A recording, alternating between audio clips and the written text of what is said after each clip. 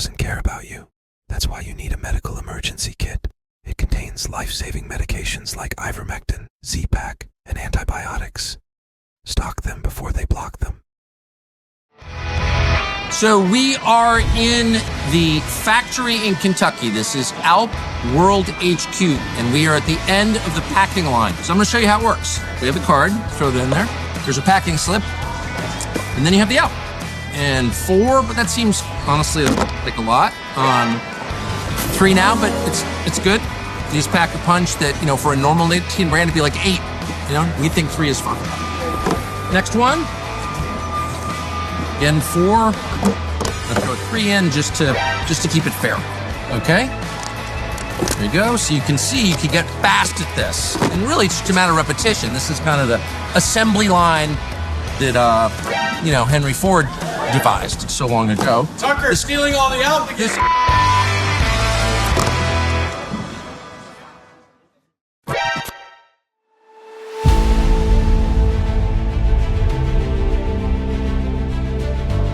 We've got Niv on board. I'm going to bring Niv on now. He's direct from Tel Aviv.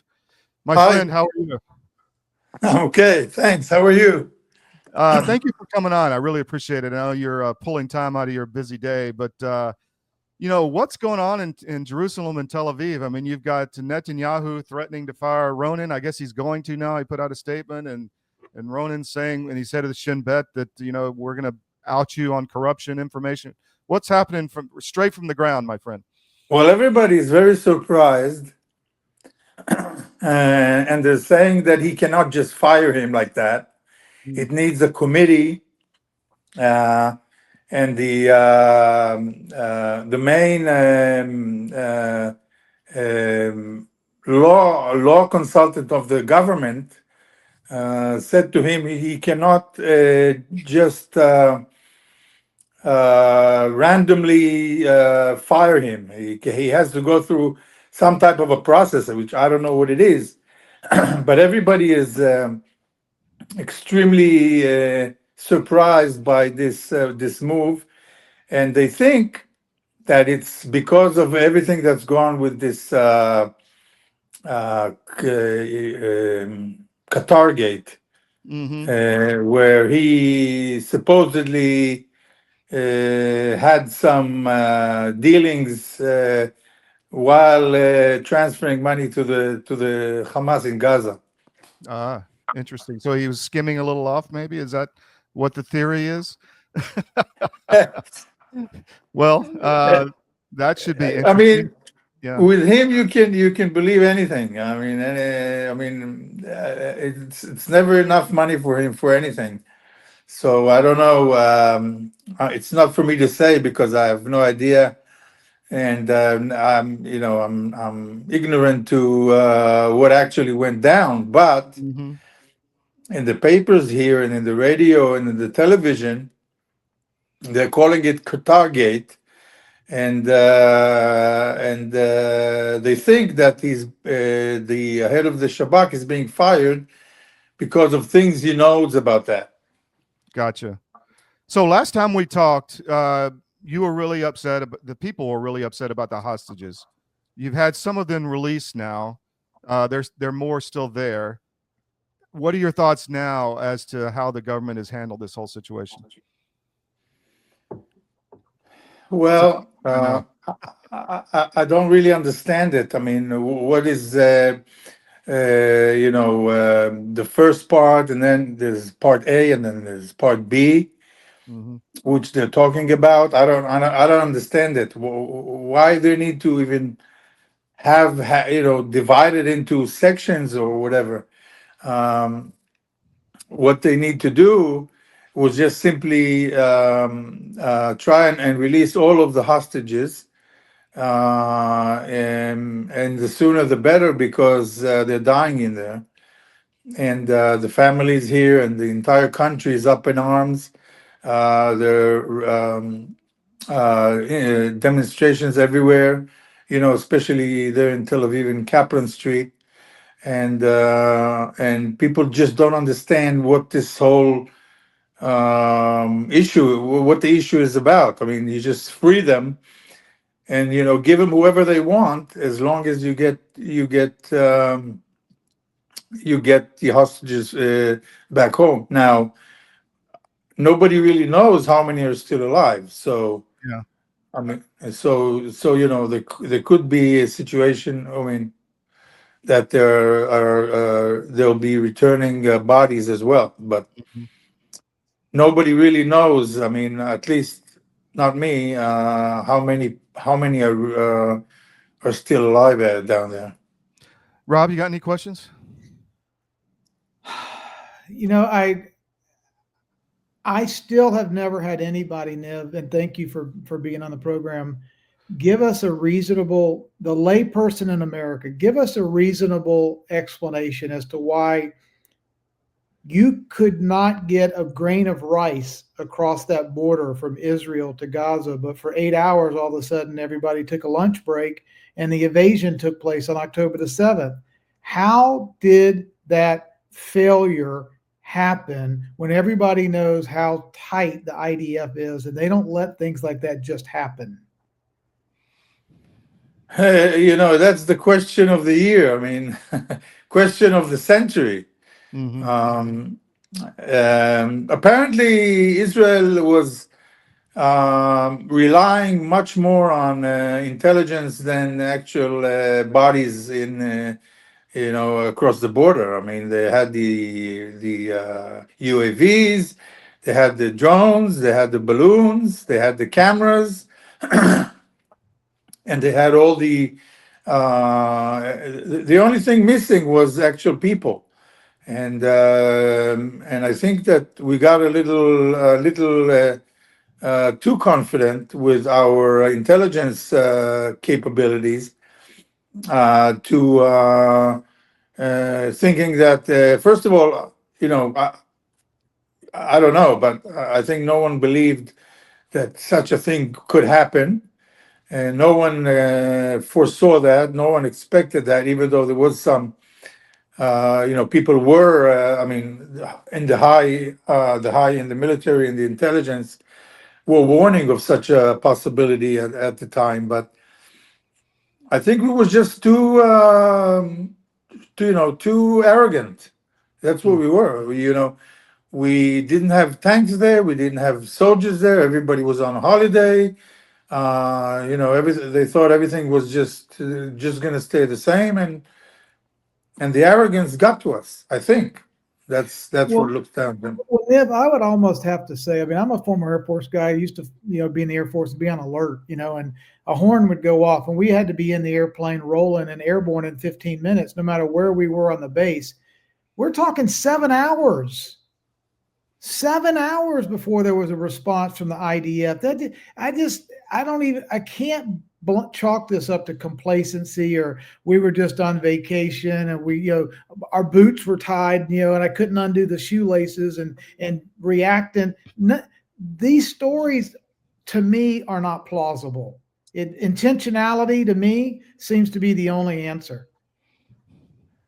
I don't know. I mean, it's beyond the scope of what I can actually find out. I mean, no, but yeah. I mean, see, one of the things they said was that the Air Force once they got the word, especially the attack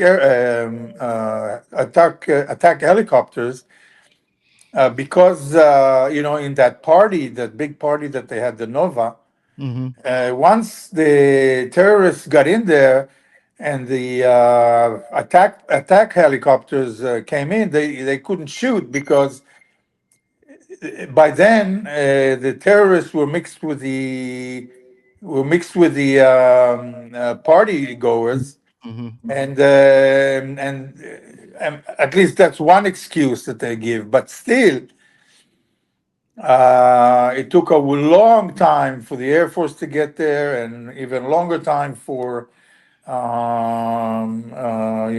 military units to get there. And when military units got there, they were so disorganized they just stood outside the kibbutzim and didn't go in. I know of a guy, a civilian, that his sister-in-law was in Kibbutz Be'eri, and he went in there almost by himself. Eventually, he was wounded, and there's a few other people that went in there, but not any major forces. So it was up to the security people in the kibbutz itself, and the few that got there to try and stop that, and it was just not enough. And the military was just not there. Niv, it seems to me that the Israeli people have been kind of the victim in this as well, of bigger forces. On the October 7th, on the hostages, there just doesn't seem to be a focus on the Israeli people. There seems to be bigger things they're worried about. What do you think of that? I agree fully. I mean, I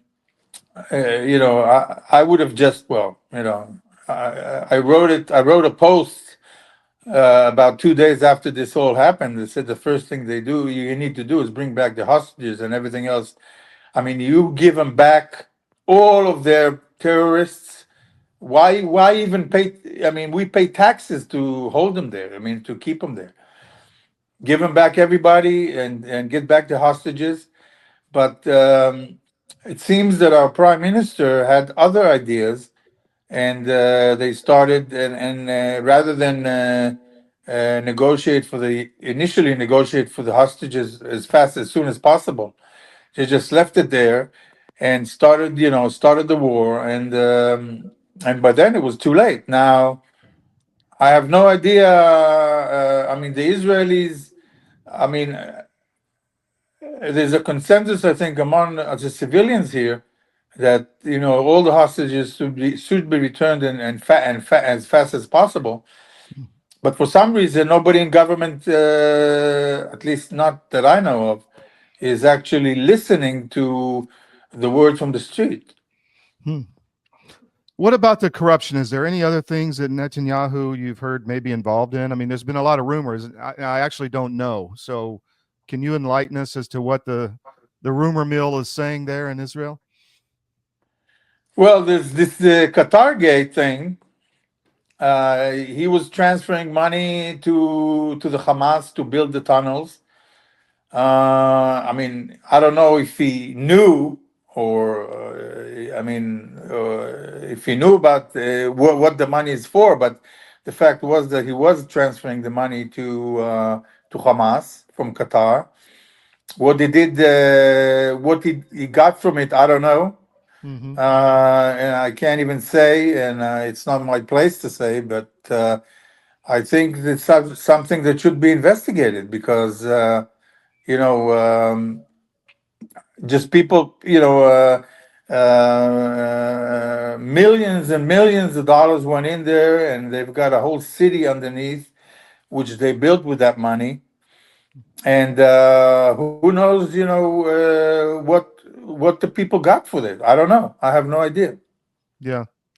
Niv, you're a prolific author, and you were one of the early ones on human trafficking. And some of your books really deal with that in a brutal way. And you have some really good insight into how that is happening. Tell us about your books a little bit and where they can find them. Well, by the way, just to let you know, 3 of my books are going to be published by Austin Macaulay, if you know them. It's cool, a British firm. And 2 of them are sequels to Tracks. Tracks is talking about human trafficking and about the kidnapping of children and training them to be terrorists and sending them back to their own countries to do terror.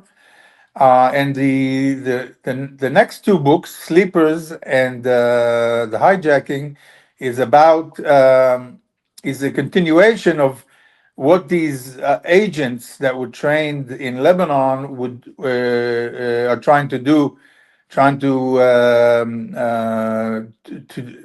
they're trying to use the force that they have in order to create havoc in both in the U.S. and in the UK.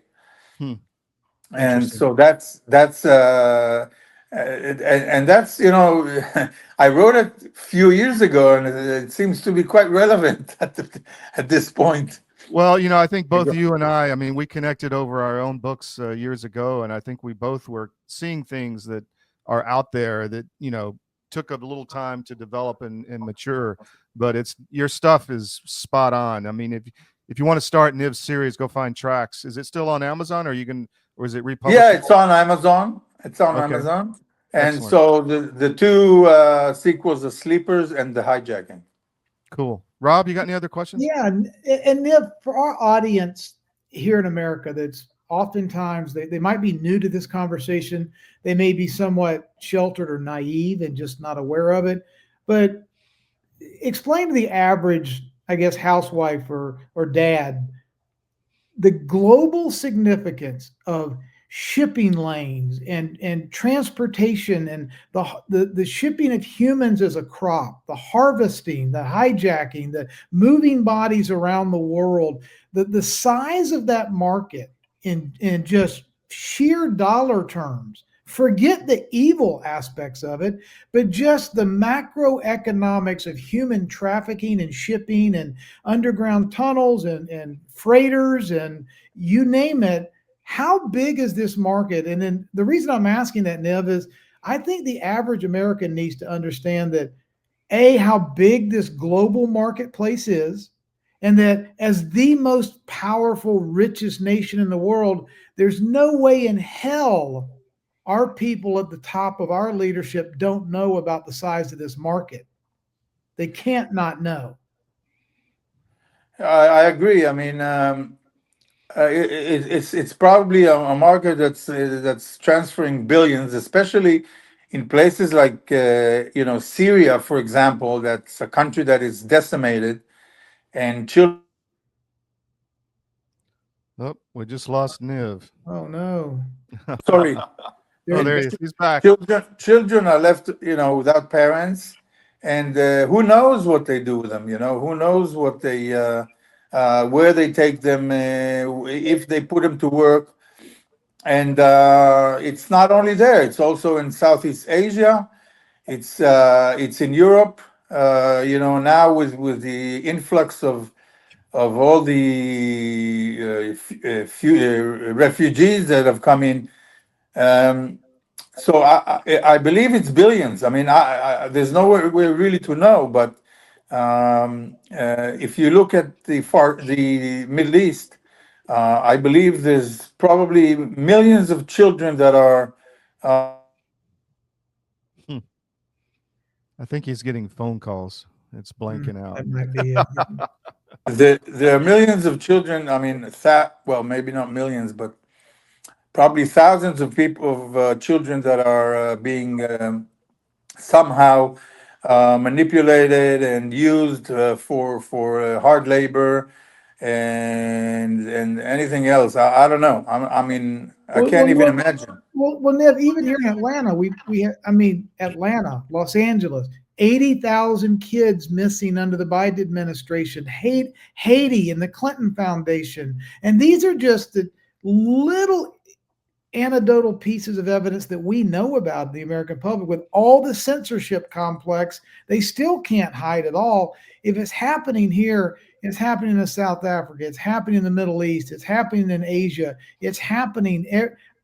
My research has shown me this is $1 trillion a year industry. I mean, you can, as they say, you can sell a bag of drugs once and you can sell a 14-year-old girl 10 times a day, right? I mean, it's just one of the most unbelievably sick and maddening diseases on this earth. And absolutely. It's just there's so many children that are being left alone, without parents, without guardians, and they can just be, people just do whatever they want to do with them, and selling them for the sex trade industry, selling them for the mine industry, selling them for who knows what else. I don't know. I mean, I don't know. Organ harvesting, whatever they're doing. Yeah. It's crazy. Last question, Niv. What's the mood on the ground there? You guys have been at war for some time now. You've had a lot of casualties, even on the Israeli side. The hostages has been a traumatic experience. What's the mood on the ground with the Israeli people? Are they committed to seeing it through with Hamas, or are they ready for it to end? I mean, what do you think? They're ready for it to end. I mean, they've been ready for it to end a long time ago. The one thing I can say, there's no longer any bombs and any being delivered shot at Israel. Neither in the south or in the north. So that's kind of a relief. But the feeling on the ground is, and everything points to it, and in all the papers and all the street signs, everything is just bring back the hostages till the last one. I mean, the Israeli public is, I mean, every day they're in Tel Aviv, with the signs, and